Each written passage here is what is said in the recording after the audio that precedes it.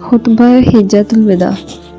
بسم اللہ الرحمن الرحیم۔ سب تعریفیں اللہ تعالیٰ کے لیے ہیں، ہم اسی کی حمد و ثنا کرتے ہیں اور اسی سے مدد و مغفرت چاہتے ہیں اور اسی کے سامنے توبہ کرتے ہیں اور اسی کے دامن میں اپنے نفس کی خرابیوں اور برے اعمال سے پناہ چاہتے ہیں۔ جس کو اللہ تعالیٰ ہدایت دے اسے کوئی گمراہ نہیں کر سکتا، اور جس کو وہ گمراہ کر دے اسے کوئی ہدایت نہیں دے سکتا۔ میں گواہی دیتا ہوں کہ اللہ کے سوا کوئی معبود نہیں، وہ اکیلا ہے اور اس کا کوئی شریک نہیں، اور میں اعلان کرتا ہوں کہ محمد صلی اللہ علیہ وسلم اللہ کا بندہ اور رسول ہے۔ اے لوگو، میں تمہیں اللہ سے ڈرنے کی وصیت کرتا ہوں اور تمہیں اس کی اطاعت کا حکم دیتا ہوں، اور اپنے خطبے کا آغاز نیک بات سے کرتا ہوں۔ لوگو سنو، میں تمہیں وضاحت سے بتاتا ہوں، کیونکہ شاید اس کے بعد کبھی تم سے اس جگہ نہ مل سکوں۔ اچھی طرح سن لو، تم میں جو حاضر ہیں اور جو حاضر نہیں ہیں وہ یہ باتیں غیر حاضر لوگوں تک پہنچا دیں۔ ممکن ہے اگلے لوگ یہاں موجود لوگوں کی نسبت ان باتوں کو زیادہ اچھی طرح یاد رکھیں اور ان کی حفاظت فرمائیں۔ اے لوگو، اللہ تعالیٰ نے سود کو حرام قرار دیا ہے، اور میں آج سے تمام سود کالعدم قرار دیتا ہوں، اور سب سے پہلے وہ سود معاف کرتا ہوں جو لوگوں نے میرے چچا عباس بن عبد المطلب کو ادا کرنا ہے۔ البتہ تم کو اپنی اصل رقم لینے کا حق ہے، جس میں نہ اوروں کا نقصان ہے نہ تمہارا۔ اے لوگو، میں نے تمہارے پاس ایسی چیز چھوڑی ہے کہ تم اسے مضبوطی سے تھامے رہو گے تو میرے بعد ہرگز گمراہ نہیں ہوگے، یعنی اللہ کی کتاب اور اس کے نبی صلی اللہ علیہ وسلم کی سنت۔ اور تم لوگ غلو سے بچو، کیونکہ تم سے پہلے لوگ اسی کے باعث ہلاک ہوئے۔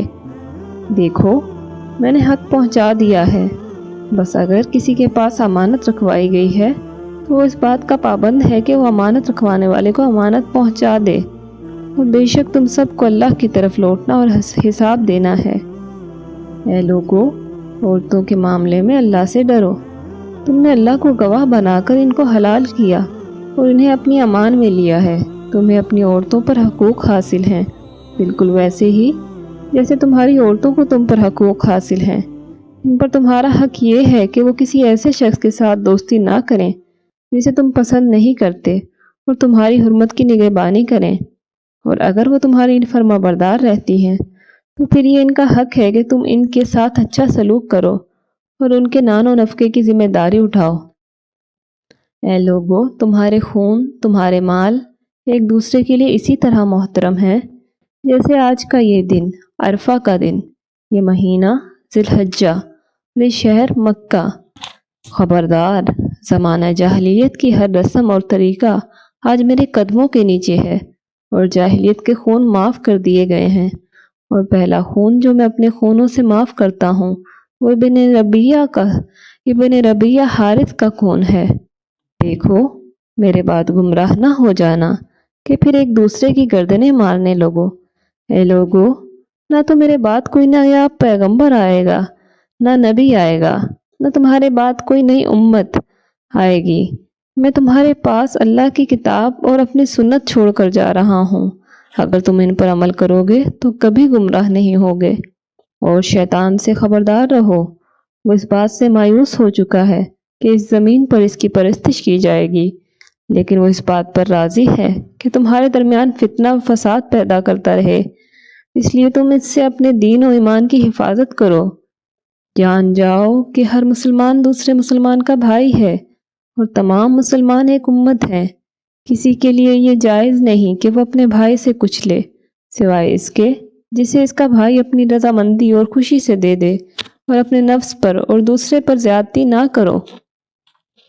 تم سب آدم اور حوا کی اولاد ہو، اور آدم مٹی سے بنے تھے، کسی عربی کو کسی اجمی پر، اور کسی اجمی کو کسی عربی پر، کسی گورے کو کسی کالے پر، اور کالے کو گورے پر۔ کوئی برتری حاصل نہیں، برتری اگر ہے تو صرف تقویٰ کو ہے۔ اور اپنے غلاموں کا خیال رکھو، جو تم کھاؤ اس میں سے ان کو کھلاؤ، اور جو تم پہنو اسی میں سے ان کو پہناؤ، اور اگر وہ ایسی خطا کر دیں جو تم معاف نہ کرنا چاہو تو انہیں فروخت کر دو، لیکن کوئی سزا نہ دو۔ خوب سن لو، اپنے پروردگار کی عبادت کرو، 5 وقت کی نماز قائم رکھو، رمضان کے روزے رکھو، اپنے مال کی زکوٰۃ خوشی سے ادا کرو، اپنے حاکم کی اطاعت کرو، چاہے وہ ایک ناک کٹا حبشی ہی کیوں نہ ہو، اور اس طرح اپنے رب کی جنت میں داخل ہو جاؤ۔ یہ حضرت محمد صلی اللہ علیہ وسلم کا آخری خطبہ تھا اپنی امت کے لیے، اور یہ تمام انسانیت کے لیے قیامت تک پیغام ہے محمد صلی اللہ علیہ وسلم کا۔